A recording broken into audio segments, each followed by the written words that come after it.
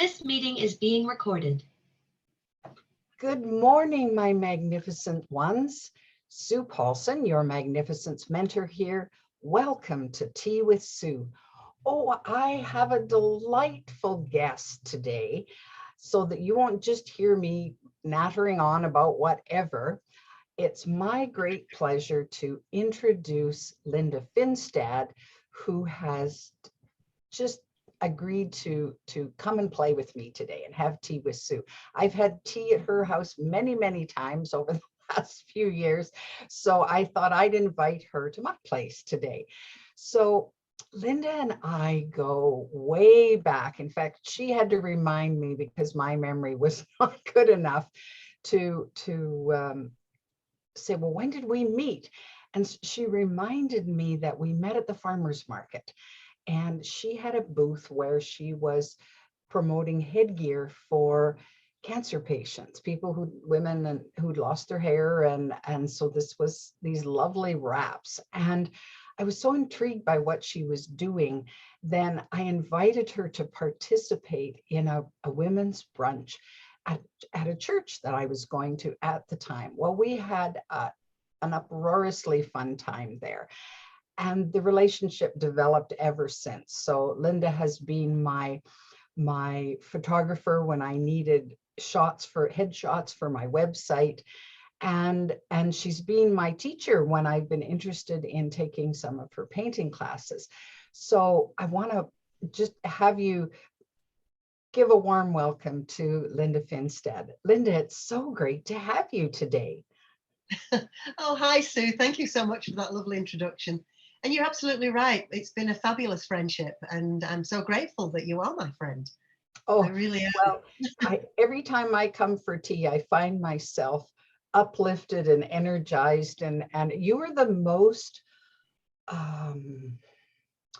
productive person that I know when it comes to creating and putting things out there and having things to share and having things to sell.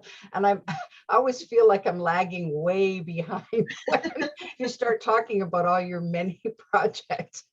So give us a little bit of a history of, because when I knew you, you were starting into horse photography. And then you've done many things since then. So let's back up and give us all a little thumbnail of where you've come from and where you are now. Yeah, no, absolutely, Sue. I've always, and I was thinking a little bit about my career, and I've done all kinds of different things, but they've always been creative.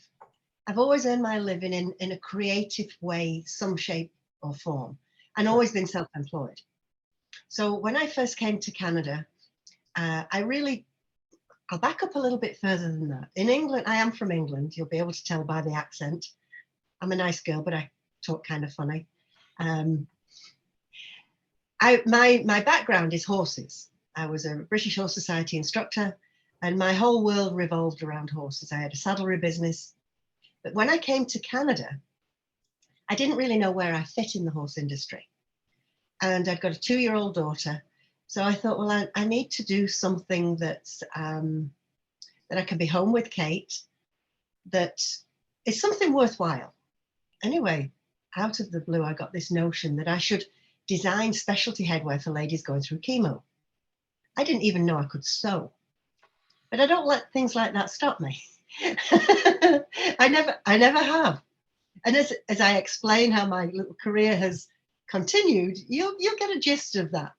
Anyway, so I bought a sewing machine, didn't even have a sewing machine, and some fabric, and I set to, and lo and behold, I figured out how to sew, and I designed specialty headwear for ladies going through chemo, and which is where we met, at the farmers market.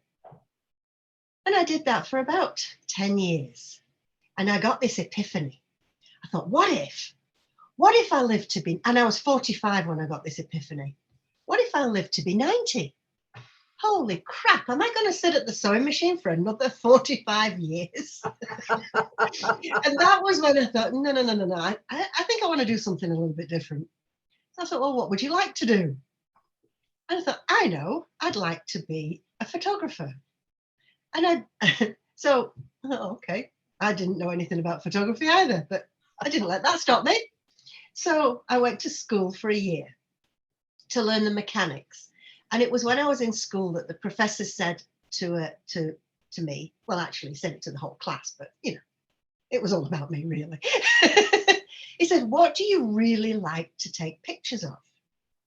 And I'm thinking, well, horses, of course. What else is there? And then the penny dropped. I thought, oh, I know. I could be the show photographer at horse shows. So that's what I did. And I'd like to say it was tricky, but it really wasn't. Because here's how I did it. In case this inspires you, you can do absolutely anything you want to do. So what I did, I phoned up different horse shows and spoke to the secretary. And I said, hi, your show on the weekend, do you have a show photographer? And if they said, yes, we do, I said, oh, that's fabulous. Well, I'll see you on the weekend. And if they said no, I said, oh, fabulous. Would you like one? I can see you I can come on the weekend and I'll be your show photographer. And it was as simple as that. Sure. And that's how I got my foot in the door, and one thing led to another. And I did that for 10 years. Wow. And I'd like to say it was because I got fed up, but I didn't really. It was health issues that made me stop being the show photographer. And cell phones kind of killed that business. Oh, it used to be a good gig until it wasn't. And right. It was the cell phones that really, and I'd seen the writing on the wall, and it was time to quit. So then I got another notion. What do you want to do next? I know, I'll be an artist. Okay, let me interrupt you for a second, because you said twice now, which I think is so fascinating. You asked yourself, what do you want to do? Yes. And yes. Don't you think that sometimes people come at it from the wrong way? Like what can I do? What do I know how to do? What should I do? And then end up in places where they go, oh, I don't really like this. But you started from, what do I want to do? Whether you knew how to do it or not was irrelevant at the time. What do I want to do? Cool. Yeah, not knowing how to do it was just a detail. And detail, you can figure out details. Sure. Yeah. They're just details, right? No, but you're absolutely right. You're absolutely right. Most people do approach it from, is this going to pay the bills? Is this available to me? A lot of people create those barriers themselves and think, this isn't available for me. This is for other people. Other people can do that, but no, this is the little pigeonhole that I'm putting myself in. I'm a secretary, or I'm a teacher, or I'm this or that or the other. And you label yourself. It's not that anybody else does it for you. It's an internal job. You absolutely do it yourself. Yes, yes. And it's interesting, isn't it, how when we realize that, oh, I've just put myself in this little box. Well, if we did that, I guess we could open the door and let ourselves out of that box. Absolutely. Absolutely. Nobody actually puts you in that box. It starts early on at school, when they kind of direct you with career advice, and they say, well, this is what you have an aptitude towards, and this is probably what somebody might employ you as. Right. If you're lucky. There's this industry that's looking for people, and you can make good money here. And I know lots of people who said, well, I chose accounting because they told me I could make lots of money. That's and right. I'm going, do you like it? And lots of them do. Lots of them say, yeah. Once I took the schooling, I found my passion, and I love it. But there's other people that go, well, no, not really, but it pays the bills.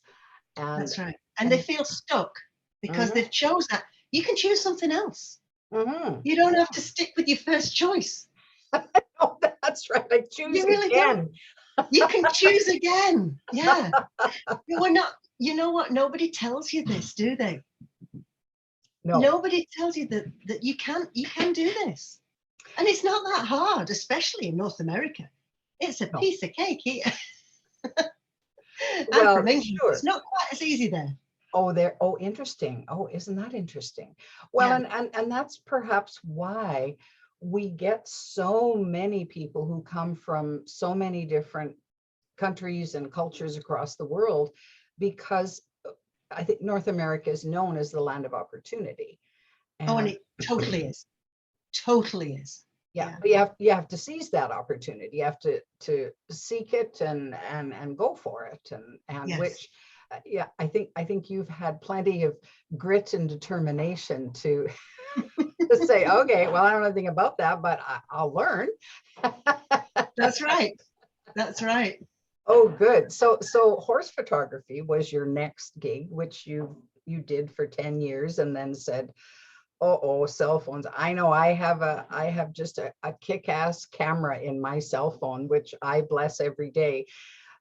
But does it hold a candle to a professional photograph? No, but it's good enough. And so for the most part, and so there's the difference, isn't it, in the marketplace Yeah. if you're trying to Yeah. promote. And the mindset changed as well. Not only did cell phone cameras get so much better, but the mindset changed as well. Whereas when I Yeah. first started with show photography, people used to like to buy show photo, like 8x10 photos from the show, Sure. of the winnings or the championships, and they were a memory. Mhm. But then that shifted. People wanted just to upload pictures to Facebook and Instagram. They didn't want prints anymore. They just wanted it for social media, Yeah. and good is good enough. Yes, isn't that Good right? is good enough for that, because it's Absolutely. here today and gone tomorrow, right? Well, it's gone in minutes. You know, as it scrolls through and rolls around, as more and more people add stuff, it's only there for a few minutes, so it doesn't have to be that fabulous. No. And that's what really, it was the mindset as much as anything else that killed my industry. Sure, sure. So then what? Well, I decided I would be an artist. No idea if I could paint. Zero idea if I could paint. And you know, there's a really cute story, and I'm going to tell you the story because it's really cute. So I decided I was going to be an artist. So I went off to Michael's and I bought some canvases and some paints. And I thought, well, I'll have a go. And because I was in the horse industry, that was my client base. So obviously I painted horses. But I painted really abstract, colourful horses. And I painted one and I didn't hate it. So I painted another and I didn't hate that one either. So I posted them on Facebook, and lo and behold, there was a lady from Texas who messaged me and she said, I love that painting, can I buy it? Well, I didn't know what to charge. So I went to my husband, and he was watching football at the time, so he wasn't paying a blind bit of notice of me. And I says, well, what do I charge this lady? And he says, well, do you know her? I says, no, I don't know her from Adam. She lives in Texas. He says, well, say $500. I'm thinking, oh, I can't say $500. I can't say $500. He says, well, it won't matter. You don't know her anyway. Okay, so I did. Well, she didn't skip a beat. He transferred $500 into my bank account, and I sent her the painting. Well, now I've got 500 reasons to carry on painting. Oh, that dollar sign makes quite a difference, doesn't it? And that was it. That was it. That was how I got started. You see, I don't need a lot of encouragement, just a little bit. Yeah, well, that's exactly right. And I think when I think back similarly, when I love being in front of the room, and I had done a little guest speaking talk for free with a group of young moms that I was part of. We all had birthed premature infants at that time. And so this was a little support group, and I had a little model I wanted to share with them from when I used to be involved in personal growth. And so I'm sharing this model, and one of the young moms who couldn't even stay for the whole presentation phoned me the next day, and she worked for the city, and she said, could you come and do that presentation for our work group, and what would you charge? And I was a stay-at-home mom at the time, and I'm going, charge? So, same dilemma, right? Like, I don't know. I haven't been in that arena. And so it was interesting. And I think I said, well, who's going to pay? And she says, well, I don't know if we have any money in the, the corporate budget, but maybe we could charge everybody $5 each or something. And that didn't sit well with me, because I thought, no, I said, if the participants have to pay, I'm not going to charge you anything. I'll just come and do it for free. But then she says, she checked and she says, well, no, we have some money in the budget. And I said, oh, okay. So I think I charged $85 for this little lunchtime talk or something, which at the time to me was a lot of money. So, and they paid it. And I'm going, whoa, I've done something good here. And then they said, well, could you do a full day workshop for us? And I'm going, yes. No clue what I was going. They gave me a topic, and I'm thinking, well, I probably can learn something about that. Sure enough. So isn't it fascinating how these opportunities lead us to the things that we love to do, and to get paid doing what we love to do is pretty fun. What do you say? It is. You see, this is why we're friends, Sue. Yeah, there you go. We're friends. That's right. We share a similar kind of focus on life, and I love that, and because there's that comfort in being surrounded by people who are like-minded, isn't it? And then we can there really is lift each other up, because there's times when life smacks us down, doesn't it? Yeah. But you know what? It's having the courage to step through a door that opens for you. Yes. Because, and I believe that doors open for everybody. Mm-hmm. But very often they're too scared, or they think they're ill-prepared. You see, you and I don't care. We think, well, we'll figure it out. We'll go home and write something. We'll put together something. Yeah, I'll come back tomorrow and you'll be up all night writing a workshop. Yeah. But a lot of people think, oh no, I'm ill-prepared. I'm not qualified. Oh, I couldn't do that. All this self-doubt. But they've been given an opportunity, and a door has actually opened. Mm-hmm. And God, the universe, whoever you want to call on, knows that you can step through that door and you can succeed. Yeah. That's why it opened for you. Oh, absolutely. Absolutely. And I think some people maybe are under the impression that if you don't step through that door, you've missed your opportunity, which I haven't experienced that. I've always found another door and another door and another door. Now, Yes. Maybe I've regretted not going through that door, because sometimes it spooked me so badly that I'm not right now. But then another door would open. This door keeps opening. So the invitation is always there. It's whether we want to scoop it up or not, right? That's right. And recognize it too. And recognize it for what it is. Yes. That it is an opportunity. And usually it's an opportunity for growth. Oh, well, yes. Don't we? Which can sometimes be a little bit painful. Yes. That whole, okay, I'm pretty comfortable, even if I don't like where I am, I'm pretty comfortable. And then life gives you a shove from the back and says, well, what about this? And I found myself so out of my comfort zone so many times in life, which I'm sure you have too. And you go, yes, well, here I am. And so now what am I going to do? Yeah. Well, so and they call it the comfort zone because it's comfortable, and we know that that's where the magic happens, when you step out of it. But we don't, because it's uncomfortable. Oh, absolutely. Because it's uncomfortable. Right? Right? But I learned, I learned a lesson a long, long time ago. I grew up in England, and we had the village store.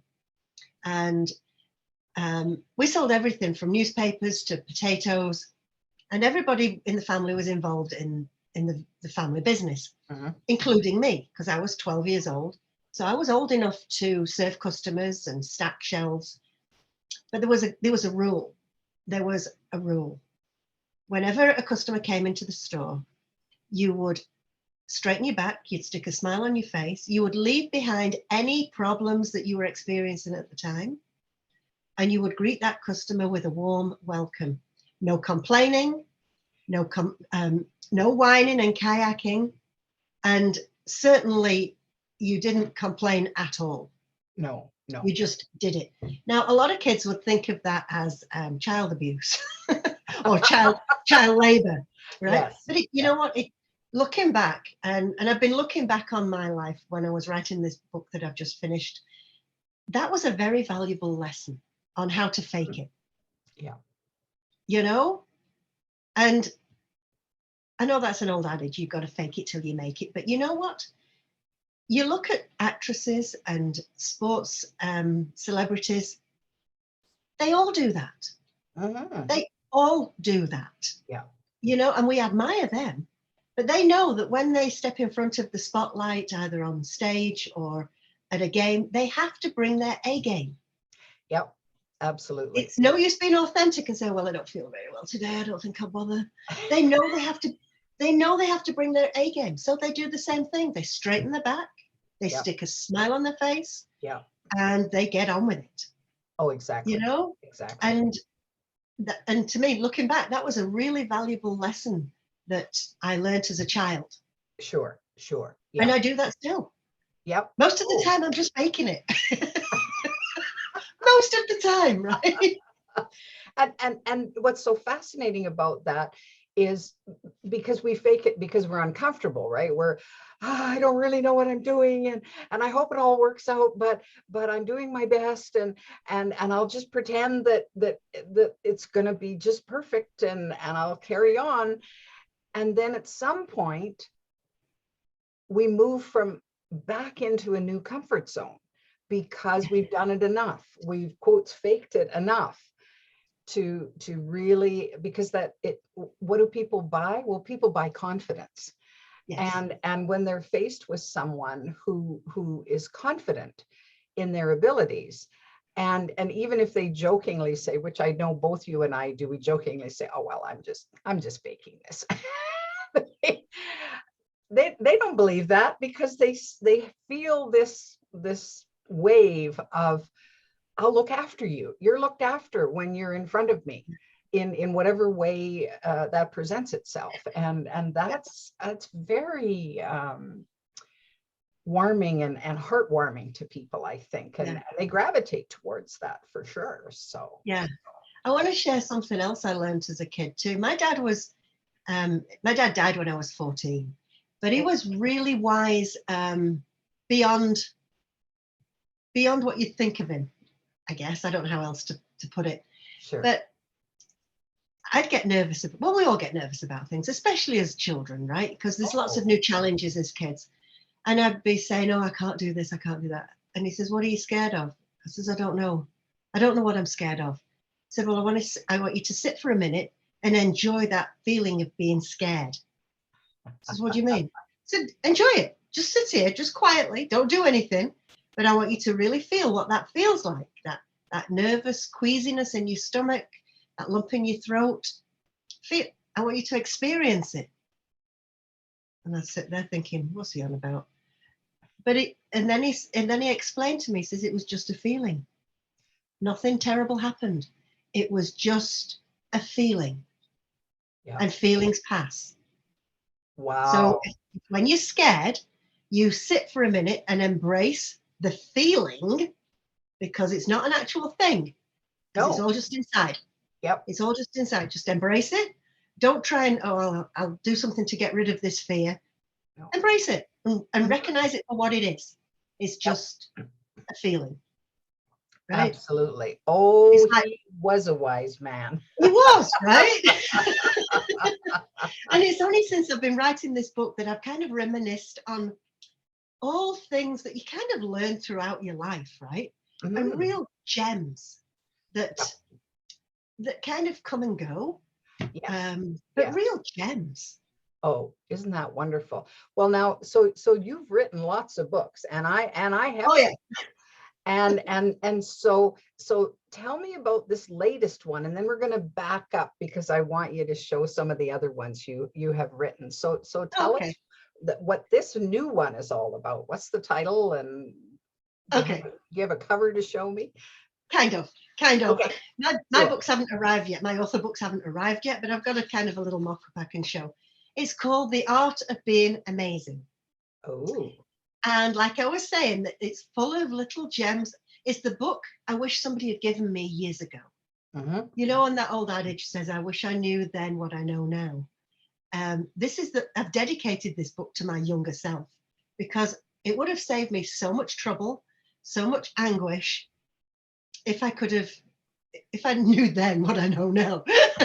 Isn't that right? To have a 40+ mindset in a 17-year-old body, right? Oh yeah. Yeah.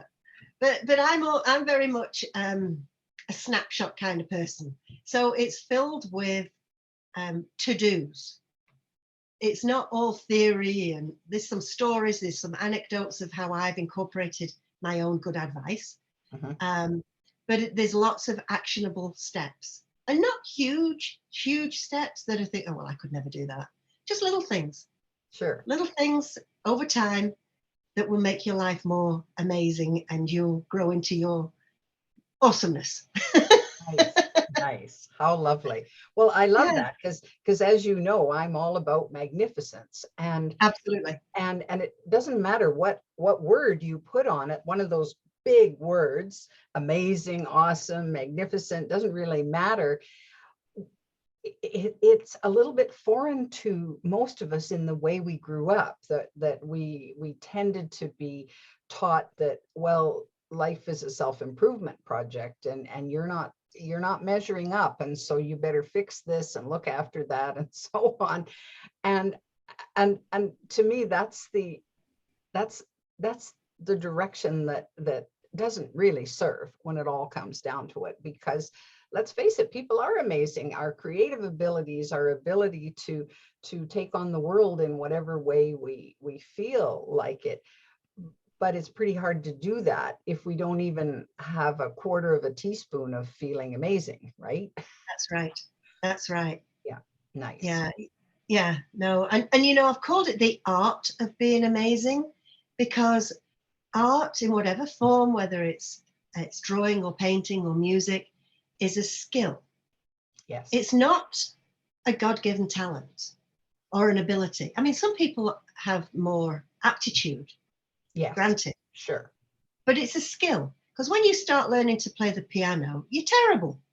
You're absolutely terrible.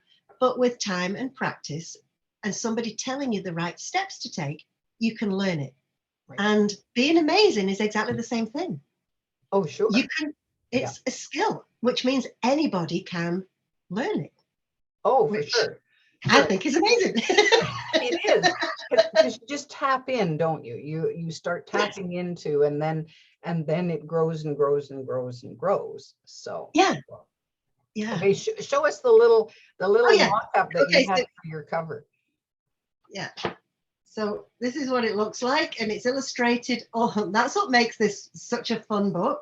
Mm-hmm. It's illustrated all the way through with my sassy little coffee angels. Cool.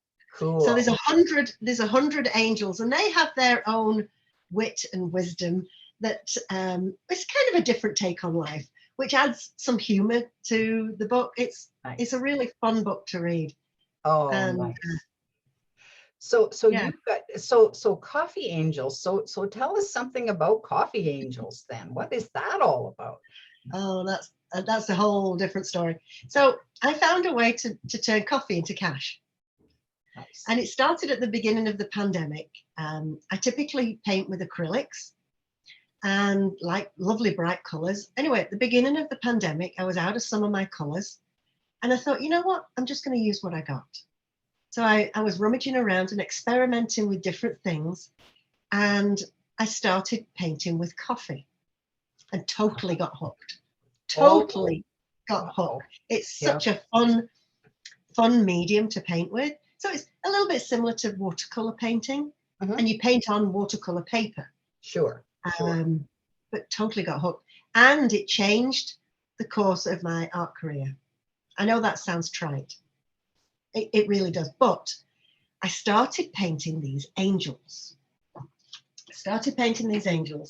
I'll show you a picture.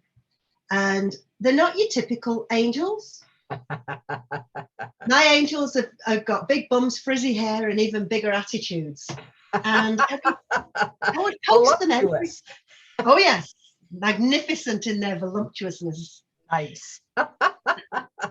And I would post these every day on Facebook, and people really started to enjoy them and look forward to seeing them every day. Yep. And I got requests for greeting cards with the angels on and prints.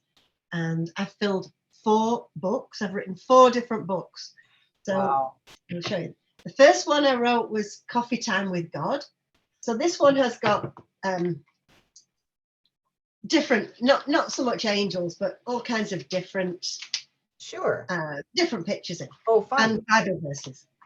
Then I wrote, then the angels came along.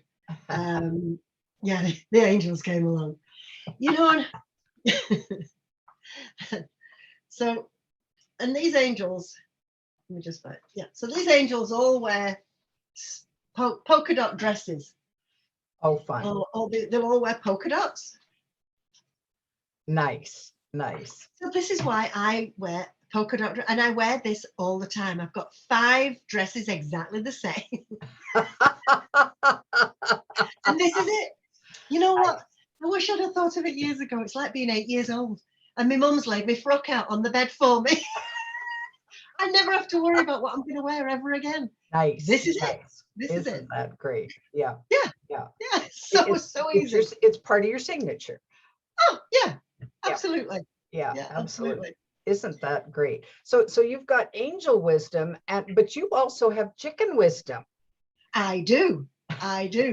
So this is chicken wisdom. So the chickens came before the angels. Yes.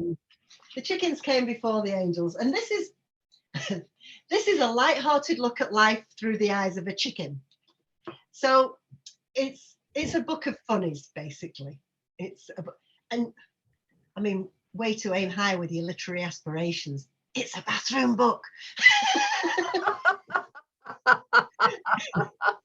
Well, what I love about your all your wisdom is that it portrays life as we've all experienced it in one way, shape, or form or another. And you can't help but have a giggle, be amused, have a wry, oh yeah, that happened to me too, or well, yeah, I think that way. And it makes that connection, I find, that's a common thread amongst us all, that we're having a human experience here, and sometimes life whacks us in the head, and we go, whoa, how do I recover from this? And it's what you've done to bring that light-hearted approach, that different perspective, that I think makes everything work better in life. Just because, I mean, why are there, we always used to read the funny papers when we were at home, you know, dad would read the sports page or whatever, and us kids would pick up the funny papers, as we called them, and read the cartoons, and it just became part of us. But I think with the advent of computers and so on, we don't read the newspaper like that anymore. But there has to be a replacement, because we really want that connection and that ability to zero in on that. So, oh, isn't that fun? Well, and you put out an offer recently that I've taken full advantage of, to send your chickens abroad, right? Yes. So tell us about that. Okay. So you're absolutely right. So I wrote Chicken Wisdom, and nobody was that offended with the humor in Chicken Wisdom. So I wrote more Chicken Wisdom. So there's 2 in this series. Sure. But to fill a book with chickens, I needed to paint 100 chickens. Oh, wow. So each book has got 100 paintings to create a book. Well, that means I've got 200 of these chickens sat in my office. I've sold a few of them. Some of them I framed and I sold a few, but there's still a lot left. And I'm thinking, it's such a shame. They don't go anywhere. They need to fly the coop. They need to fly the coop. So I put out a little offer that if anybody's going on holiday, now that the world's opened up again, if anyone's going on holiday and would like to take a chicken with them, so they get the experience of flying. Nice. Come and choose one of these around the yard. Yeah, come and choose one of these original paintings from the book, and he can be your travel companion. And then you get to keep the original painting at the end of your travel. So it really is a win-win. Oh, And they're going out places. The furthest they've been so far is Colombia. wow. Lots of people have taken them around Canada, so more local kind of trips. But yeah, one flew off to Colombia, which was really, really kind of cool. Well, and so when I saw your email, I jumped right on it because I'm going to a wedding in July in Jamaica. So these are the chickens that are coming with me to Jamaica. And I thought that it was kind of fitting for the bride and groom. So I think they'll fly to Jamaica and probably they'll end up going back to Toronto. so they're going to get 2 trips for the price of 1 here. Awesome. It was just, you know what, it was a bit of fun, and people have really embraced it, and they're having fun with it. So what they do, they post pictures of these chickens in different places on their holidays, and I don't know, it's just a little bit of fun, really. Well, it is, and don't we need that after what we've been through in the past couple of years, and yeah, you know, we've all been kind of, talk about cooped up, right? Yes. So here we are. Oh, that's lovely. So Yeah. when you think of what life has taught you, Linda, and so thinking of speaking not only to your younger self, but all our listeners, what little words of wisdom or gems do you want to leave them with today? Well, that's a tricky one. I think the main thing is not to take yourself too serious. You know, even if you try something and even if you fail, it's not the end of the world. You always get a second chance. Always get a second chance. It's very rarely, you know, when they say, oh, well, you have to weigh things up, right? You have to have a list of pros and cons and examine the worst case scenario. You know what? That worst case scenario very, very, very rarely happens. Isn't that right? Very rarely happens. And you always get a second chance. Exactly. You know? And of course, I found too that if you believe you can live with the worst case scenario, if it should happen, yes. Well, then what's the problem? You know, there's no problem. Why not just go for it? Yeah. Cool. You know, and my worst case scenario usually is people will tell me no. Sure. Well, I've been told no a lot, and I can live with that. Oh, I have too. Right? Anytime you try to sell anything, from the time we were little and tried to sell our mom on, well, you know, Mom, I really could use another cookie. No, you're going to spoil your dinner. That's right. Yeah, we've been told no oodles of times. Exactly. And nothing really bad happens. You know worse off after the no than you were before you asked for whatever it was you wanted. So, yeah, if you can live with no, you can ask for anything. Oh, anything. Yeah. Because absolutely. You're prepared to live with the no. Sure. Oh, no question. Well, I think that's wise advice. So to sum it up, We want to have as much fun as we can in life, have as many laughs as we can in life. We don't want to take ourselves too seriously. And the whole thing about the perseverance, being willing to try anything and to just put yourself out there regardless. If you want it, then go for it and see what happens. Because I often find that when we make that commitment, well, I'm going to give it a go regardless, then the universe conspires to help us do that. People show up, or little things happen, doors open that we didn't even know were there, and we go, oh, this is cool.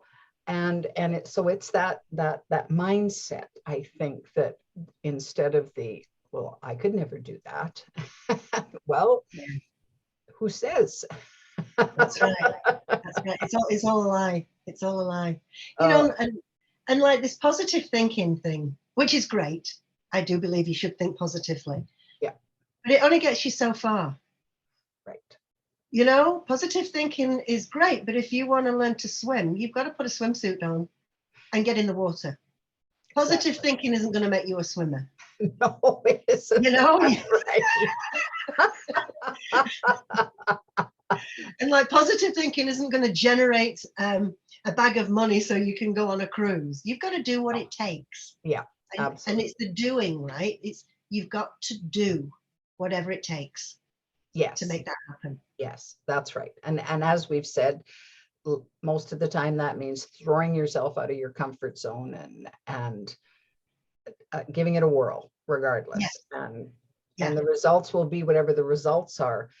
But at least you put yourself out there, you took those steps, and you're right, absolutely, that action is the key, because you don't get results if you don't take steps. No. So no, positive thinking without action is just daydreaming, right?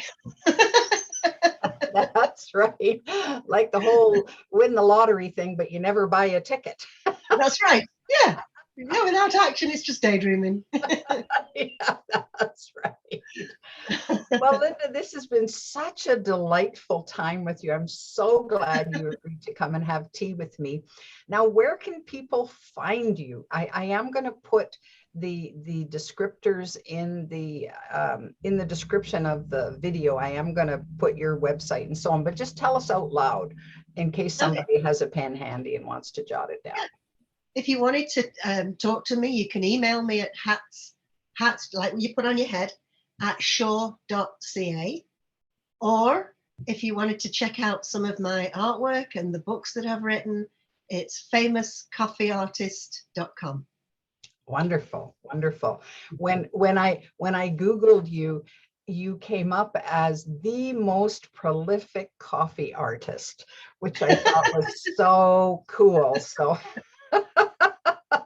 because you've done a lot of coffee art, and that's amazing. That's wonderful. Yeah, I'm up to 800 angels so far. I'm counting.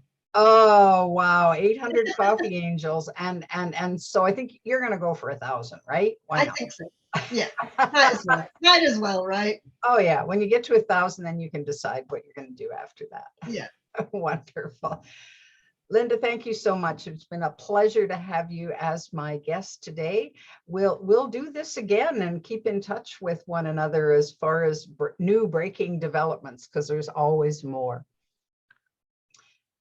And my magnificent ones, the time has come. I really hope you've had as much fun as we've had on Tea with Sue today. You know you can always get more Tea with Sue on my YouTube channel, Sue Paulson, so please subscribe. And if you want even more content, feel free to download my free app, The Magnificence Mentor. You know how magnificent you are, and Linda and I know that you are amazing too. So check out her Art of Being Amazing book. It's available on Amazon right now. And just go and have the best weekend ever. We'll see you soon.